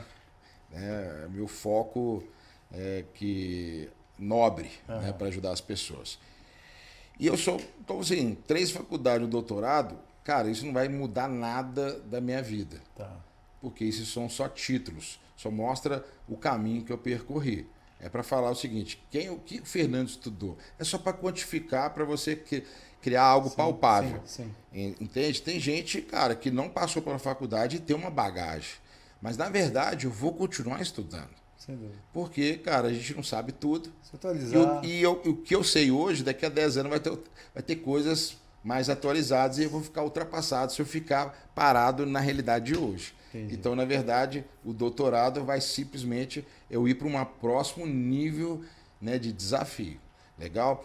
Mas, assim, eu sempre, né, assim, o Fernando, né, propriamente dito, eu sempre treinei atletas. Sempre gostava de ser bodybuilding. Pô, eu amo ser bodybuilding, minha vida, 25 anos dedicado ao esporte. Pô, desde 95 eu trabalho na sala de musculação. Então, isso não tem jeito eu tirar nessa vestimenta, nessa paixão e mudar radicalmente. Cara, mas eu tive uma experiência, Deus falou comigo que, cara, todos os atletas que passaram na minha mão se corromperam dentro do processo de vaidade, ego, né, de egocentrismo, porque o esporte ele leva o glamour de soberba. Não, ele alimenta isso, porque quando você alimenta a carne, perfeito, cara, o espírito fica mais fraco.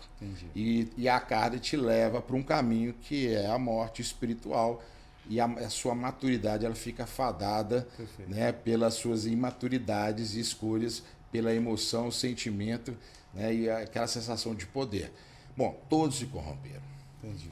E Deus falou comigo o seguinte, né, cada um tem sua forma, a sua espiritualidade de conversar, né, com Deus. E, cara, foi bem claro, a sua energia ela foi gasta em vão. Você tem que usar todos os seus dons para ajudar as pessoas a serem pessoas melhores. Legal. Eu falei, nó, que pancada. Forte, hein? Eu lembro que da fisioterapia, cara, desde quando eu formei em fisioterapia, na hora da formatura, a gente foi na igreja lá, que eu botei a mão no púlpito e minha mão pegou fogo. Aquele dia eu nunca tive espiritualidade, eu sempre fui um cara que ia religioso e tal, mas, cara, eu gostava de sair, gostava de fazer as coisas. Igual moleque, todo adolescente, né? Igual toda garota de 25 anos, pô, que vive o dia a dia. Mas eu botei a mão aqui dele e me assustou. E eu falei, opa. E eu vi a facilidade dentro da fisioterapia. E quando eu botava a mão nas pessoas, eu ajudava ela a aliviar numa situação que ela estava, cara, fadada. Para a vida dela. Ela estava fadada, sentindo dor e fragilizada. Sim. E eu ia lá e ajudava. Entendi. E eu, além disso, eu trabalhava algo lá dentro, o emocional das pessoas. Cara. Eu conseguia detectar que problemas que ela tinha poderiam ser psicossomáticas decorrentes de vivências, né, do dia a dia, que você não conseguindo lidar com aquela situação emocional, sentimental, ou experimental, ou relacional, você cria um estresse no seu corpo, porque cérebro e corpo é um organismo, da mesma forma que às vezes um maltrato do seu pai cria você reações, gatilhos, que faz você agir de uma forma que você não agiria, o seu corpo também gera repulsa. Entendi. Ele gera uma fragilidade em determinado músculo, osso e víscera, que faz você criar esse desequilíbrio que pode gerar uma sintomatologia, uma patologia. Exemplo, muito interessante. Uma pessoa, vamos lá, toda vez que você está feliz, são substâncias químicas produzidas no nosso corpo. Perfeito. Que no seu cérebro tem muitos receptores. E esses receptores acionados por essas substâncias químicas, ela gera uma codificação para você ter uma consciência do que está acontecendo. Então, se você também tem substâncias químicas produzidas de sentimentos ruins, o cérebro capta, mas o corpo também capta. Legal? Olha como é que é interessante. Então, só que a parte imunológica também capta, porque tem receptores que essas substâncias químicas vão estimular outros órgãos. E o cérebro e a parte imunológica são os órgãos que têm mais receptores. Então, substâncias químicas, por vivências negativas, por sentimentos ruins, podem fragilizar a sua parte imunológica. E aí a gente sabe que a culpa, talvez você é culpado. Às vezes a culpa, né, de você ter feito para alguém, mas a culpa de você mesmo pode estimular sua parte imunológica e exacerbar esse sistema e fazer com que você tenha maior probabilidade de doenças autoimunes, como lúpus eritematoso, artrite reumatoide. E já está comprovado que culpa pode levar a esse tipo de patologia. Não simplesmente por herança, mas só por vivência. Talvez você tenha uma herança dos seus pais, que às vezes passa pela genética. Mas por que passa pela genética? Porque depois que você tem o óvulo e o espermatozoide, a primeira célula já formada, que já é um ser vivo, tem todas as substâncias químicas que a gente produz. Então, isso já veio do DNA. Então, talvez você tenha uma artrite, talvez por uma herança dos seus pais, mas que potencializou pela sua vivência. Entendi. Por isso que tem pessoas que têm um câncer, mas não tem, o filho não tem.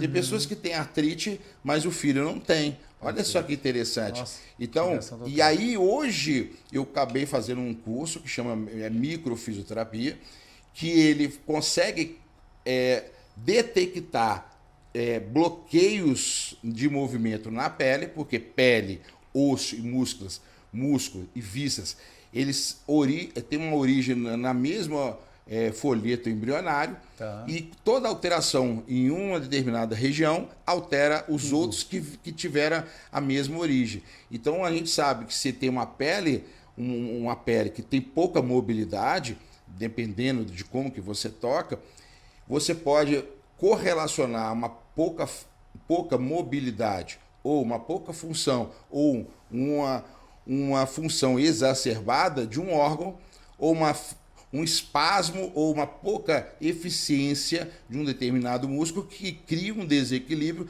que pode gerar uma sintomatologia. Se eu tenho um estômago que produz muito o seu metabolismo, ele produz muito ácido gástrico.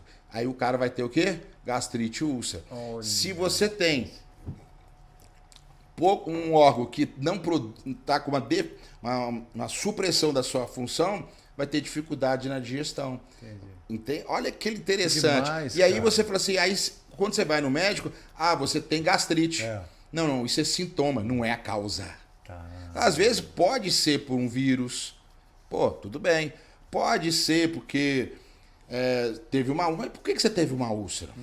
Será que é o uso de alguma comida, um café, às vezes uma cafeína que você usou e a cápsula ali colou na membrana da mucosa gástrica, e aquela quantidade de cafeína ali gerou processo de ulceração da mucosa gástrica? Pode ser, mas pode ser também pela falta de controle do que você sente, do que você, das suas emoções e dos seus pensamentos. Que legal. Então, por isso que eu falo, a cura veio por você controlar seus pensamentos e não você ser reativo nas emoções e sentimentos que são incontroláveis, que é a forma do seu corpo reagir.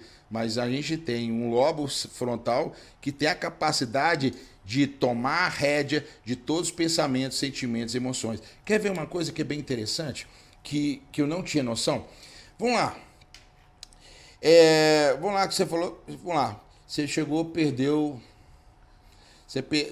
Vamos falar perdeu, não. Você foi lá, brigou com o cara. Foi lá, brigou com o cara. Você não quer nem ver mais a cara do cara. Você tá com ódio do cara, porque o cara pisou na bola. Como é que é o seu sentimento? Raiva. Mágoa. Isso tudo gera substâncias químicas negativas. Legal? Mas se você chegar para ele e falar assim, mas ele fez isso por causa da história dele. Ele não estava num bom dia. Estava num bom dia. Cara, mas se ele fez isso, cara, a minha religião manda eu perdoar. Perfeito? Aquele que me salva. Eu acredito muito em Jesus. Sim. E aquele que me salvou sugere eu perdoar. Independente quem é o problema. Exato. Eu vou lá e perdoo. Perfeito. Outro sentimento. O seu sentimento muda. As suas emoções mudam. Se você olhar para o lugar dele, você vai ter um olhar de compaixão. Mas o cara é assim, cara, porque o pai dele fez isso, porque a vida foi mal. E, cara, e outra coisa. Na mesma situação, né? Na mesma situação. Aí você mudou o mindset. Perfeito. A forma de pensar, que é tudo no lobo frontal. Legal. Pela sua vivência espiritual e controle emocional e capacidade de amadurecimento, de vivência, você falou assim, não. Deixa pra lá, velho. Cara, o cara é problemático, o problema é ele, não sou eu. Você não despertou aquelas... Aí você tira aquele tsunami peso ruim, parece que vai para água abaixo. Tá. E você volta o quê? Ficar sintonizado numa sensação de bem-estar. Olha só que interessante. Nós fomos, né, que dentro da história da Bíblia, que a gente foi criado para ser imortal. Então, por isso que veio orgulho. Por a gente ser imortal, eu não preciso pedir desculpa. Mas se a gente entender que a gente tem a mortalidade já como consequência, tá, de algo que aconteceu lá atrás, então a gente deixou de ser imortal, agora a gente é mortal. Se você souber que você tem um câncer hoje, cara, você vai ter raiva das pessoas. Às vezes o cara vai morrer, o cara tá com câncer, o seu amigo que você não vê há muito tempo, você tem raiva do cara, e o cara tá com câncer, tá quase morrendo. Você vai olhar pro cara, você vai ter raiva dele? Não. Parece que, parece que Começa você a muda o na hora. sentimento. Sim. Então, na verdade, nós temos que melhorar a nossa espiritualidade para que a gente possa melhorar a nossa forma de pensar, agir e julgar. Porque Deus nos fez para a gente não julgar, mas ter compaixão e dar a mão para poder fazer a diferença na vida das pessoas. Eu falo muito isso porque todo mundo critica, mas ninguém está determinado e disposto a dar a mão e ajudar, às vezes, na dificuldade do outro. Todo mundo é o primeiro a apontar, mas a hora que você aponta, você tem 3 aqui, ó, né, nessa minha direção. Toda vez que você critica alguém, cara, você é fadado à crítica também, porque você não é bom o suficiente para que você possa falar assim, eu sou perfeito. Por isso que Jesus falou, quem tiver pecado, não tiver pecado, pode julgar a pedra. Legal? Porque quando você vai ver, cara, talvez naquela área você é forte, mas em outras áreas você precisa da ajuda. Então a gente tem que, nós como educadores, nós temos que também trazer essa visão mais humana. Tá. Não trazer a parte técnica do treinamento, a parte de performar alunos, atletas, mas a gente tem que trazer uma visão para os alunos que eles têm que ser mais humanos, menos gananciosos, menos influenciado por um sistema totalmente corruptível. Porque é o tempo todo na mídia fala assim, você tem que ter isso, o fulano tem isso. Né? Capitalista. Cara, você não pode ficar de fora, sim. Entende? Você é o cara, você tem que fazer o que você quer, entende? Tá ruim seu casamento, não, pede, arruma outra. Não. O mundo ele te força a você ter atitudes que só quem vai perder é você. E a gente tem que trazer também a formação dos alunos desse lado mais humano, né? Esse controle emocional e essa espiritualidade, que não é religião, sim, mas é você controlar os seus sentimentos e emoções naturais, né? E instintivas do homem animal, mas você falar não porque você é responsável por aquilo. Talvez você tenha vontade de fazer algo, mas o certo é fazer outra coisa. Controlar. Isso, o esporte faz isso. Total. Porque eu tenho a fim de comer um bolo, mas eu não vou comer porque se eu quero ganhar, eu sou responsável. Então, sempre o tempo todo, você acorda de manhã. Se você quer ter sucesso, escolhas. Você não tem que fazer o que você quer, você tem que fazer o que tem que ser feito. Sim, pois é. Ponto. E os seus sentimentos, emoções, as suas atitudes nas relações humanas. Isso faz toda a diferença. De onde você chegar, você ser luz, referência e contagiar as pessoas, não pelo seu conhecimento, mas pelo amor que você passa, o sentimento que você traz e aquela atitude, aquela energia que contagia, transforma e liberta as pessoas.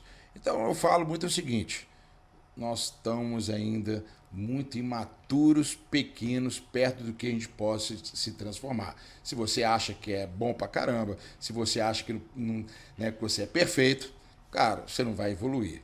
Então eu sei que eu sou incapaz, que eu ainda sou, tenho minhas dificuldades, então o tempo todo ando com pessoas mais evoluídas do que a mim, para me constranger na minha mediocridade, na minha dificuldade, porque eu posso espelhar que eu posso mudar, para eu ter experiência do meu consciente, para que eu possa gerar uma renovação da minha mente, para que eu possa ter uma atitude diferente e não reproduzir, às vezes, as vivências no passado que fazem com que eu atrase e não evolua na minha vida. Senhoras e senhores, Fernando Maradona, uma salva de... Cara, que aula, meu irmão. É sempre uma aula te conversar com você, meu irmão. Não, obrigado sempre, de coração. Eu ia até te pedir um conselho, mas você deu vários conselhos aqui, não só para a molecada, mas como para os marmanjos também. Como você falou, a técnica é importante, a discussão é importante, mas esse aprendizado mais holístico, mais espiritual, faz parte do game, né, meu irmão? Eu vejo assim, o médico ele vai lá e faz o serviço dele. E às vezes não tem compaixão, às vezes, com a família. Sim. Chega lá, o cara tá com câncer, e ele chega pra família, ó. Chega lá, o cara vai morrer daqui a 3 dias.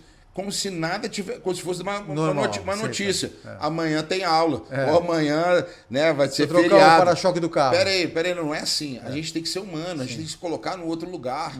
E as pessoas estão ficando mais frias. Entende? Não sendo compatíveis o que o outro está pensando, se a minha atitude vai agredir ou se vai, né, promover aí uma ajuda.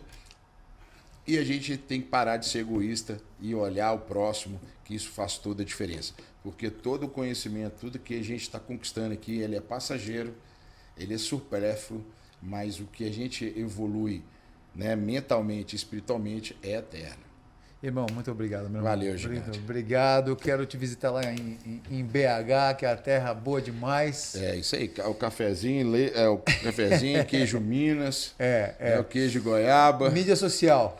Bom, se querem me acompanhar lá, Fernando Noronha Maradona. Nós temos o Instagram, também o YouTube, que é o Fernando Maradona TV. Muito mais você te ajudando a crescer, desenvolver e hipertrofiar. E aqui na Uniguaçu?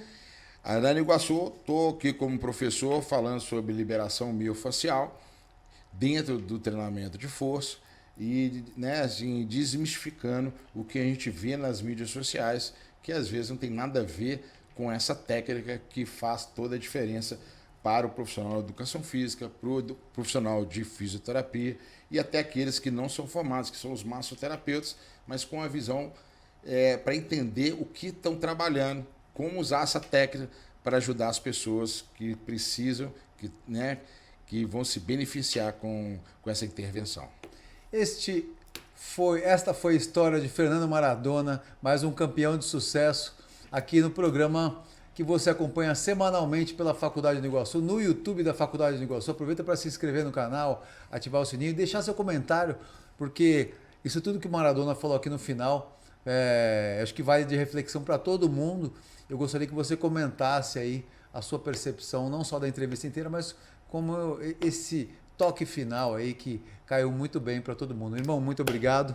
A vocês de casa, obrigado pela audiência também. Até semana que vem. E volte sempre aqui, né? A gente se encontra aqui no corredor. Não né? tem jeito de fugir daqui, não. Eu tô aqui uma vez por mês eu tô aqui, né, no polo aqui de São Paulo. E aqui na Iguaçu como professor.